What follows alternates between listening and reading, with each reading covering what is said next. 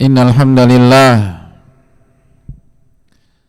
nahmaduhu wa nasta'inuhu wa nastaghfiruh wa na'udzu billahi min syururi anfusina wa min sayyiati a'malina. Man yahdihillahu fala mudhillalah wa man yudlil fala hadiyalah. Nashhadu an la ilaha illallah wahdahu la syarikalah wa anna Muhammadan abduhu wa rasuluh. Hadirin yang Allah muliakan, sidang Jumat yang semoga Allah memberkahi kita semua, memberikan taufik kepada kita semua dan merahmati kita semua. Tidak ada kata yang pantas untuk kita ucapkan kecuali bertahmid dan bersyukur kepada Allah Tabaraka wa Ta'ala atas segala nikmat yang Allah berikan kepada kita. Nikmat waktu, nikmat rasa aman, nikmat hidayah, nikmat taufik, sehingga detik ini kita masih bisa mendekat kepada Rabbul Alamin. Kita bisa beribadah kepada Allah Tabaraka wa Ta'ala. Nikmat mengerjakan salat Jumat yang dikatakan oleh Allah Subhanahu wa Ta'ala, ya ayyuhalladzina amanu, wahai orang-orang yang beriman, idza nudiya lis-salati min yaumil jumu'ati fas'au ila dzikrillah. Apabila azan di hari Jumat di waktu zuhur telah dikumandangkan, fas'au ila dzikrillah, maka bersegeralah mengingat Allah Tabaraka wa Ta'ala. Bersegeralah menghadiri salat Jumat di salah satu rumah-rumah Allah Subhanahu wa Ta'ala. Wa dzarul bai', dan tinggalkanlah jual beli, tinggalkanlah aktivitas kalian, tinggalkanlah urusan dunia-dunia kalian yang diwakilkan di dalam ayat ini dengan transaksi jual beli. Tinggalkan itu semua. Kenapa demikian, hadirin muliakan? Sebesar apapun transaksinya, sebesar apapun nilainya, dzalikum khairul lakum in kuntum ta'lamun. Allah mengatakan, karena salat Jumat Anda itu lebih baik, lebih tinggi derajatnya, lebih besar keberkahannya daripada seluruh aktivitas dunia kalian di jam dan waktu yang sama, kecuali udzur syar'i, jika kalian mengerti ganjaran dan keutamaannya di sisi Allah Subhanahu wa Ta'ala. Ini lebih baik daripada dunia yang kita kumpulkan selama ini. Oleh karena itu bersyukurlah kepada Allah. Namun ma'asyiral muslimin, sebagaimana yang Allah katakan, walakinna aktsaran nasi la ya'lamun, tapi banyak manusia tidak mengerti tentang keutamaan ibadah, tidak mengerti tentang apa yang dipersiapkan oleh Allah Subhanahu wa Ta'ala dan apa yang dijanjikan oleh Allah Subhanahu wa Ta'ala kepada hamba-hambanya. Maka itulah pentingnya belajar dan pentingnya kembali kepada Al-Quran dan Sunnah Rasulullah SAW. Maka marilah kita bersyukur kepada Allah yang telah memberikan taufik kepada kita, sehingga detik-detik ini kita bisa isi dengan ibadah yang lebih baik daripada seluruh transaksi dunia, semewah apapun, semahal apapun, dan seprestis apapun. Sebagaimana hadirin Allah muliakan, marilah kita bertakwa kepada Allah Subhanahu wa Ta'ala. Ittaqullaha haqqa tuqatih. Bertakwalah kepada Allah Subhanahu wa Ta'ala dengan sebenar-benarnya ketakwaan. Haqqa tuqatih, ketakwaan yang memacu kita untuk benar-benar maksimal kembali kepada Allah Subhanahu wa Ta'ala. Ketakwaan yang kata Allah firmankan, fattaqullaha mastata'tum, bertakwalah kepada Allah semampu kalian, semaksimal kalian. Ya ayyuhalladzina amanu taqullaha haqqa tuqati wa la tamutunna illa wa antum muslimun. Dan janganlah kalian wafat kecuali dalam kondisi husnul khatimah. Janganlah kalian wafat kecuali dalam kondisi muslim. Janganlah kalian wafat kecuali dalam kondisi iman. Lalu bagaimana sedangkan kita tidak tahu akhir dari kehidupan kita? Kaidah mengatakan, man 'asha 'ala syai' mata 'alaih. Barang siapa yang hidup dengan pola tertentu, maka Allah akan wafatkan dia sesuai dengan pola kehidupannya. Maka pastikanlah hadirin sekalian, pola kita dalam hidup adalah pola orang-orang beriman. Pola kita dalam hidup adalah ibadah kepada Allah Subhanahu wa Ta'ala. Pola kita dalam hidup adalah mentauhidkan Allah Subhanahu wa Ta'ala. Pola kita dalam hidup adalah mengikuti sunnah Rasulullah SAW. Pola kita dalam hidup adalah amal soleh. Maka kita akan diwafatkan di atas pola tersebut sebagaimana keterangan para ulama kita. Hadirin yang Allah muliakan, sebagaimana salawat beriring salam semoga senantiasa tercurah kepada Rasulullah alaihi salatu wassalam beserta para keluarga, para sahabat, dan orang-orang yang istiqomah berjalan di bawah naungan sunnah beliau sampai hari kiamat kelak. Ma'asyiral muslimin yang Allah muliakan, salah seorang sahabat Rasulullah sallallahu alaihi wasallam yang dikenal, beliau terkenal dengan angle yang unik, hadirin sekalian. Beliau dikenal sebagai salah satu sahabat Rasulullah SAW yang paling sering disiksa, yang paling berat ujiannya. Salah satu yang paling berat ujiannya ketika beliau berada di kota Mekah, Khabbab bin al-Arat radhiyallahu ta'ala an. Beliau menceritakan kejadian yang beliau alami dengan para sahabat radhiyallahu ta'ala an ketika mereka berjumpa dengan Rasulullah SAW di hadapan Ka'bah. Syakauna ila Rasulillahi SAW wa huwa mutawassidun burdatan fi dhillil Ka'bah. Kami datang kepada Nabi kita SAW. Kami mengeluhkan beratnya ujian kami.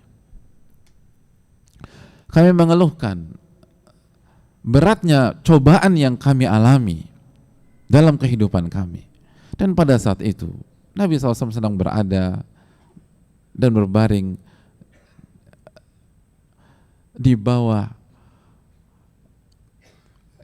Ka'bah, hadirin sekalian, di bawah bayang-bayang Ka'bah. Lalu mereka meminta sebuah permintaan yang simpel, permintaan yang tidak membutuhkan uang untuk memenuhinya. Mereka mengatakan, ala tastansiru lana, ala tad'u lana, ya Rasulullah SAW, tidakkah engkau berdoa kepada Allah agar Allah menolong kita? Tidakkah engkau berdoa kepada Allah Subhanahu wa ta'ala agar Allah melancarkan kita dan memberikan kita kemenangan? Sebuah permintaan yang mungkin ada di dalam diri-diri kita hari-hari ini, atau beberapa waktu yang lalu, atau pernah dialami dalam mengarungi perjalanan kehidupan ini. Ketika kita berada dalam kondisi nadir, di titik yang rendah, ketika di kanan mentok, di kiri mentok, di depan mentok, di atas atau di belakang mentok, lalu kita berharap kapan Allah tolong kita. Atau mungkin kita pergi ke seorang ustadz atau ke orang soleh dan minta didoakan oleh beliau, ala tastansiru lana, ala tad'u lana, tidakkah engkau mendoakan kami, memintakan pertolongan agar Allah tolong kami? Hadirin Allah muliakan, setiap kita punya masalah dan kita merasa ujian kita ujian yang sangat berat, sebagaimana umat secara global sedang diuji oleh Allah Subhanahu wa ta'ala. Dan seringkali kita bertanya-tanya kapan pertolongan Allah Tabaraka wa ta'ala kepada diri kita, kepada keluarga kita, atau kepada umat secara umum. Maka hendaknya dia renungkan apa yang Nabi kita SAW sampaikan dalam hadis riwayat Imam Bukhari ini.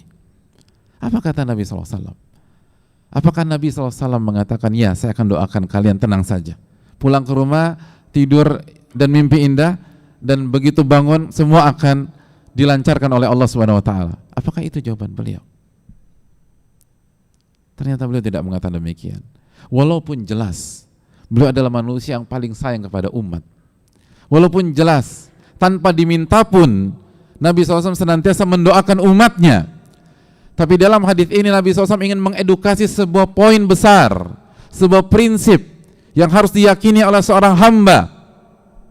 Nabi kita SAW mengatakan, man kana min qablikum, sesungguhnya sebelum kalian, dari umat-umat sebelum kalian di masa lalu, yu'khudhu rajul, ada seorang hamba yang ditangkap oleh musuh Allah Subhanahu wa ta'ala, fayughfaru lahu fil ard, lalu dibuatkan lubang untuk dirinya, lalu dimasukkan orang tersebut ke dalam lubang tersebut. Lalu didatangkan gergaji, fayudha ala ra'sihi, lalu gergaji itu ditaruh persis di atas kepala orang tersebut. Lalu mulailah gergaji itu digerakkan, mulai dari kepala, ubun-ubun,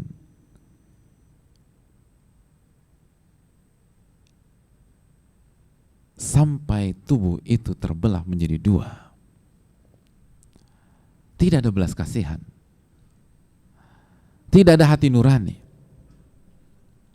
Darah segar mengalir dari tubuh hamba tersebut, tapi darah itu tidak membuat pelakunya iba. Gergaji itu terus digergajikan sampai tubuh itu menjadi dua. Lalu Nabi SAW melanjutkan, dan ada hamba disisir bi'amsyatil hadid, dengan sisir yang terbuat dari besi, sehingga bukan hanya rambut yang tersisir, kulit pun tersisir, dan daging pun tersisir, sehingga daging itu terpisah dengan tulang. Lihat bagaimana sisir di rumah kita, atau mungkin di antara kita yang membawa sisir di kantungnya, dan bayangkan sisir itu terbuat dari besi yang sangat tajam, dan apabila sisir itu digunakan, bukan hanya rambut kita yang tersisir, tapi kulit kepala kita ikut tersisir, dan daging itu terpisah dengan tulangnya. Lalu apa kata Nabi SAW? Fama yasuddu dzalika min dinihi, dan seluruh hal-hal yang mereka alami tidak membuat mereka berpaling dari agamanya, tidak membuat mereka meragukan Allah tabaraka wa ta'ala, tidak membuat mereka kehilangan optimisme kepada Allah subhanahu wa ta'ala, tidak menuruni keyakinan dan iman mereka kepada Allah subhanahu wa ta'ala, tidak mengurangi optimisme mereka kepada Allah subhanahu wa ta'ala, tidak mengurangi keyakinan mereka kepada Allah subhanahu wa ta'ala, tidak mengguncang iman mereka kepada Allah subhanahu wa ta'ala.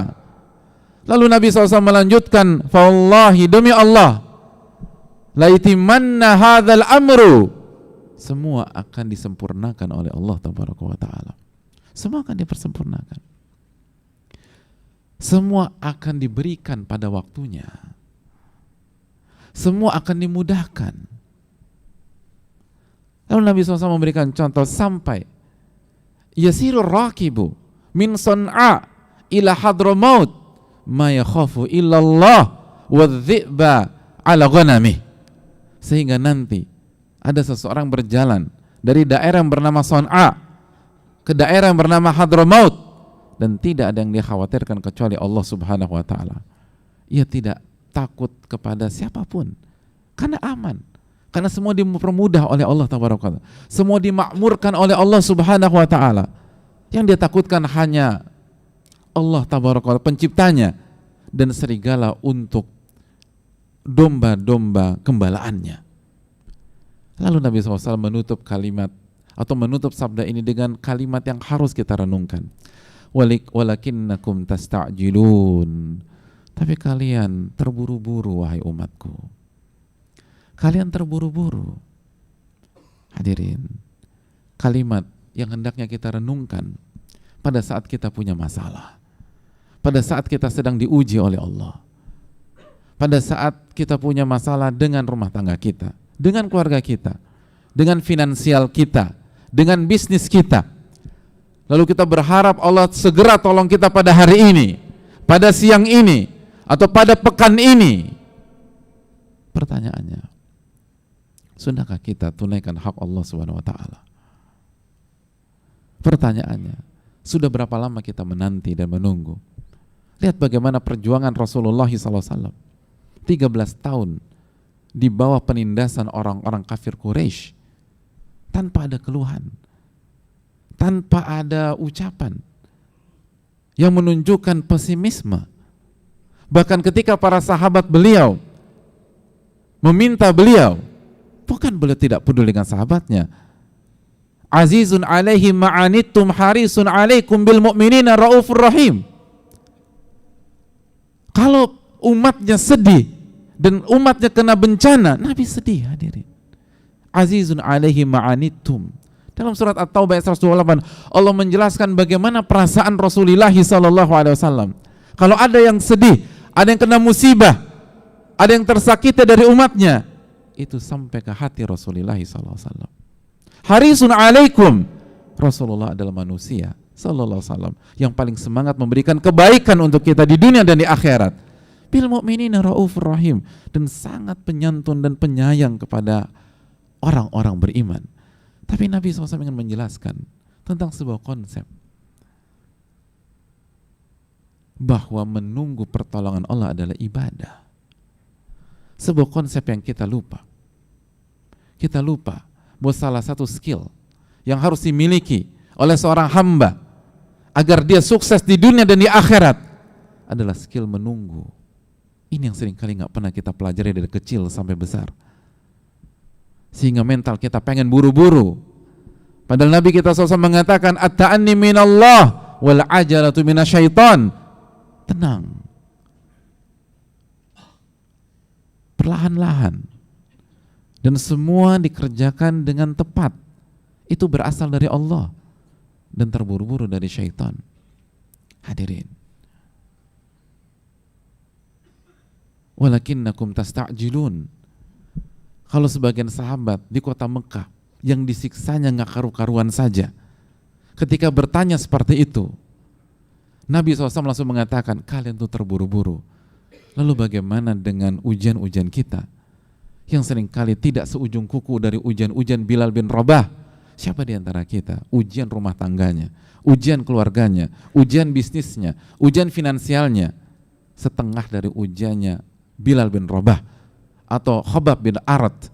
Kita nggak mengatakan sama, setengah. Siapa di antara kita yang pernah dilecehkan sebagaimana Bilal dilecehkan? Siapa di antara kita yang pernah ditaruh batu besar di atas tubuhnya sebagaimana Bilal pernah mengalami itu? Hadirin Allah muliakan, ini yang perlu kita camkan bersama-sama. Jangan pernah suudzon dengan Allah. Jangan pernah lelah dan letih berharap kepada Allah. Jangan pernah buruk sangka kepada Allah. Karena buruk sangka hanya hanya akan membuat masalah lebih parah. Bukankah Allah berfirman dalam surat Al-Fatah ayat 6, wa yu'adzibal munafiqin wal munafiqat wal musyrikin wal musyrikat adh-dhannina billahi dhanna saw. Dan Allah akan mengazab orang-orang munafik, baik laki-laki maupun wanita, orang-orang musyrik, baik laki-laki maupun wanita. Kenapa Allah azab? Salah satu karakter yang ditekankan dan dimention oleh Allah Subhanahu wa taala dalam ayat ini, mereka buruk sangka kepada Allah. Mereka buruk sangka kepada Allah. Mereka buruk sangka kepada Allah.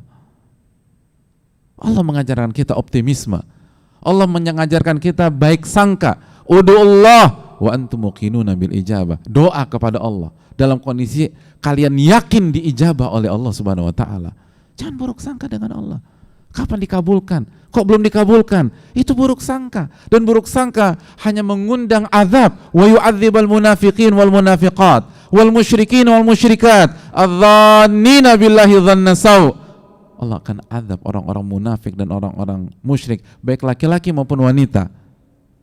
Hadirin, yang mereka buruk sangka kepada Allah. Ini menunjukkan buruk sangka kepada Allah itu hanya dimiliki oleh orang munafik atau orang musyrik. Alaihim dairatus saw, dan mereka akan kena dengan keburukan demi keburukan. Wa ghadiballahu alaihim, dan Allah akan murka kepada mereka. Wa la'anahum, dan Allah akan laknat mereka. Wa a'dalahum jahannam, dan Allah persiapkan jahannam bagi orang-orang yang buruk sangka kepada Allah Subhanahu wa taala. Dan itu tempat yang terburuk kata Allah Jalla wa ala. Aku qouli hadza wa astaghfirullah li wa lakum. Alhamdulillah hamdan katsiran thayyiban mubarakan fihi kama yuhibbu rabbuna wa yardah. Wassalatu wassalamu ala nabiyyina Muhammadin wa ala alihi wa sahbihi ajma'in. Hadirin Allah muliakan. Oleh karena itu, seberat apapun ujian kita, Jangan buruk sangka kepada Allah. Seberat apapun masalah kita, jangan terburu-buru, sabar. Dan sekali lagi, skill yang kita lupakan dalam menghadapi ujian, dalam menghadapi masalah, adalah skill menunggu pertolongan Allah Tabaraka wa Ta'ala. Menunggu bukan berarti pasif, hadirin. Menunggu bukan berarti diam. Menunggu bukan berarti tidak melakukan apapun. Menunggu berarti bertakwa dan menolong agama Allah dengan penuh keyakinan Allah pasti akan menolong kita di saat yang Allah tahu dan nilai adalah saat terbaik datangnya pertolongan. Oleh karena itu, orang-orang beriman senantiasa mengevaluasi diri, hadirin. Orang-orang beriman tidak hanya demanding, tapi mereka bermental, apa yang sudah saya lakukan? Apakah saya sudah menjadi hamba yang baik?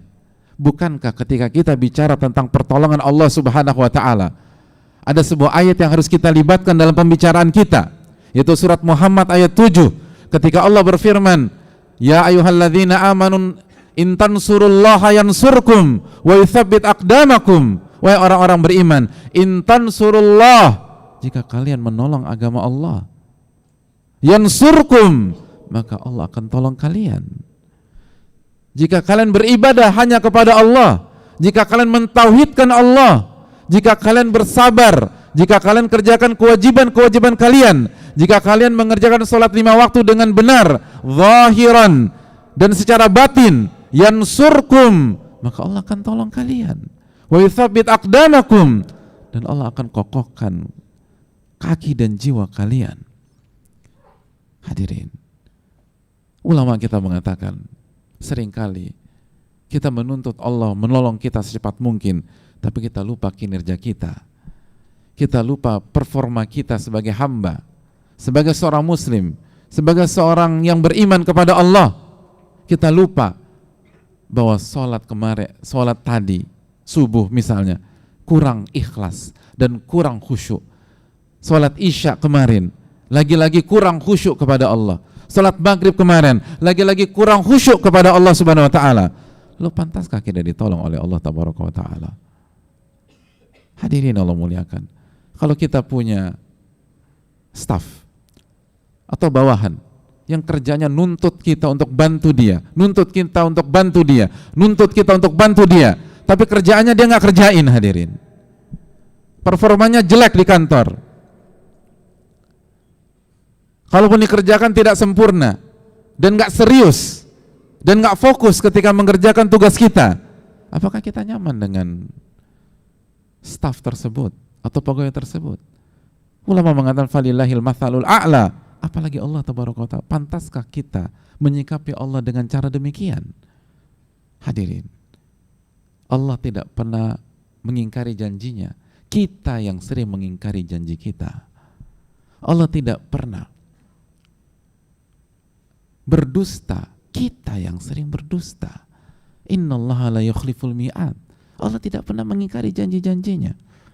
Allah berfirman Subhanahu wa Ta'ala, inni haramtu zulma ala nafsi, aku haramkan kezoliman pada diriku.